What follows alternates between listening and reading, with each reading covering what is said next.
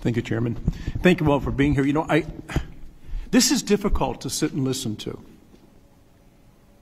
Because we keep asking, when's something going to take place? When are we going to do something about this? And I don't know, looking out at your faces, if any of you have lost a child to these overdoses.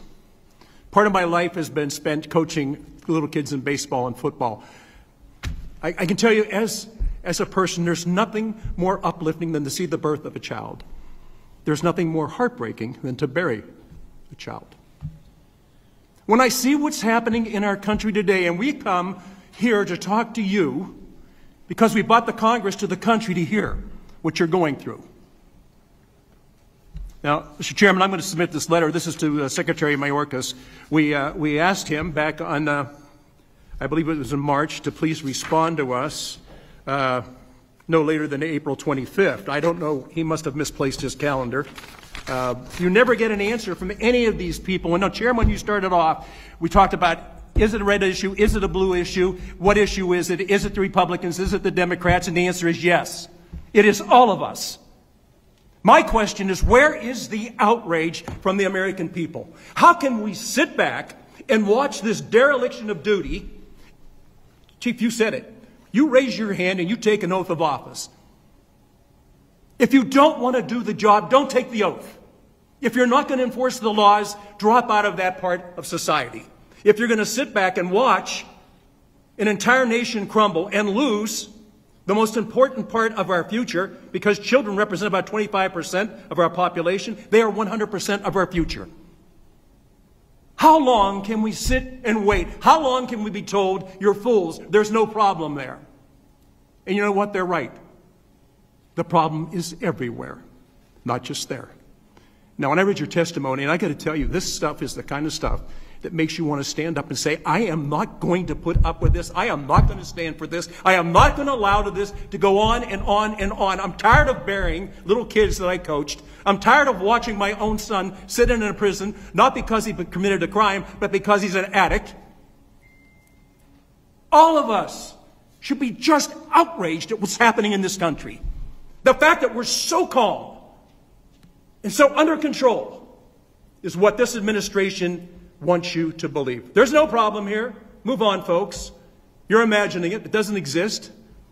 Sheriffs, when I read your testimony, Ms. Davis, when I read your testimony, it is something else. It's not heartbreaking. I'm tired of people telling me they're heartbroken. I said, well, then get off your rear end and do something about it. Don't let your heart break. Put it back together and go and fight for the future. Well, General, you and I talked a little bit outside, and I want to get down to this because you can't fix something with nothing. We have laws on the books. Like people keep telling me, you guys in Congress better pass something. I said, we have. We're the legislative body. It then goes to the executive branch to enforce. There is no enforcement. People have to be held accountable for their breaking their oath of office. General, you had some ideas, though, because as I said, you can't fix something with nothing. So we know we have all these folks here.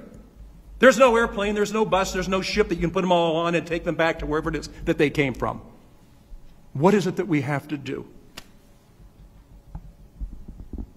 I have to answer that? Like everything we're going to do? Mr. Chairman, Mr. Kelly, I appreciate. Now, you made a mistake. You gave me your cell phone because you and I are going to be friends. I can tell. And I wish that my colleagues in the Attorney General's office were watching right now, because this is the way most of our days start as we discuss the news of the day and what's going on with this level of passion that you're describing.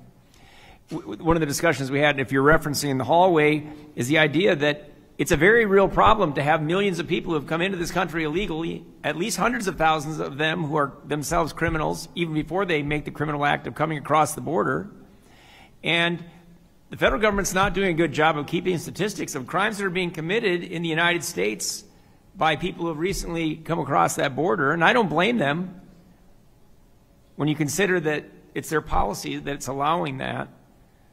The chairman pointed out that this wasn't a problem just prior to the administration taking hold and changing the policies and opening the doors. One of the things that we mentioned in the hallway was the idea, and I pledge myself to it, I can pledge this effort in North Dakota. If there's going to be an effort, and there needs to be, let's say there's a change of administrations, and there needs to be an effort to deport people who have come here illegally, in way too many instances, it's not just anecdotal. They mean us grievous harm. They don't love this country. They didn't come here because they love the American way. I'm sure they can find those anecdotes too, but we understand this. And they're coming over from all sorts of countries, by the way, even through the northern border. Representative Fischbach mentioned when you push the balloon, it expands elsewhere. Let me go through the list. I mentioned the border encounters. Here are the countries that are represented coming across the northern border. Canada, 261. This is just for fiscal year, in a recent fiscal year.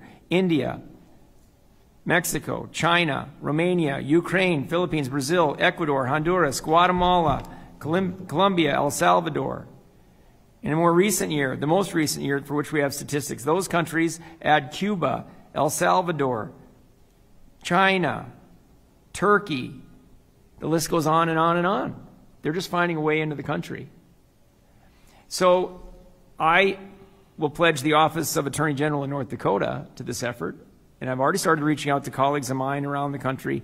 It will take a concerted effort of attorneys general, large city DAs, people in law enforcement, sheriffs, chiefs of police, and other organizations to band together, pursue federal policy of rounding up. It's a foul-sounding word, but it's necessary. They are releasing people with a slip of paper saying, you've come to this country illegally. We'll see you at your hearing in 2029 or 2030. It's laughable.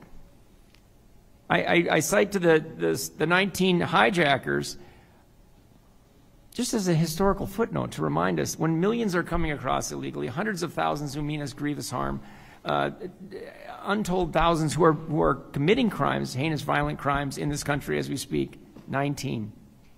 Changed the world. And now we have a policy. I'll end there, except to say this. Every one of us, our first act of security in our homes for the next day is to lock the doors. That's our first act of security for tomorrow, is to lock the doors. America's next act of security needs to be lock the doors. We need to stop what's happening every day. I know you all know this. You started the passion part of this. So I pledge myself to that publicly, if we can get a change of policy, to be one of the attorneys general, and there will be others across the country, who will join in coordinating law enforcement efforts to do this in an orderly fashion that protects the American people. Well, I want to thank you, but in all of you, when I read your testimony, I watched your testimony here. These are things that just don't bother you because of your office. This is what bothers you as an American citizen of what is happening to this country. And it's happening on our watch, and it's in full view. And as we watch it happen, we're told there's nothing wrong. Please quit making an issue out of something that's not an issue. This is an issue. This has to be addressed. And for all of us, this is not a Republican or Democrat issue. This is an American issue. Please forget the politics and take a look at the policy. Because until we stand up and say, stop, they are going to continue on this path.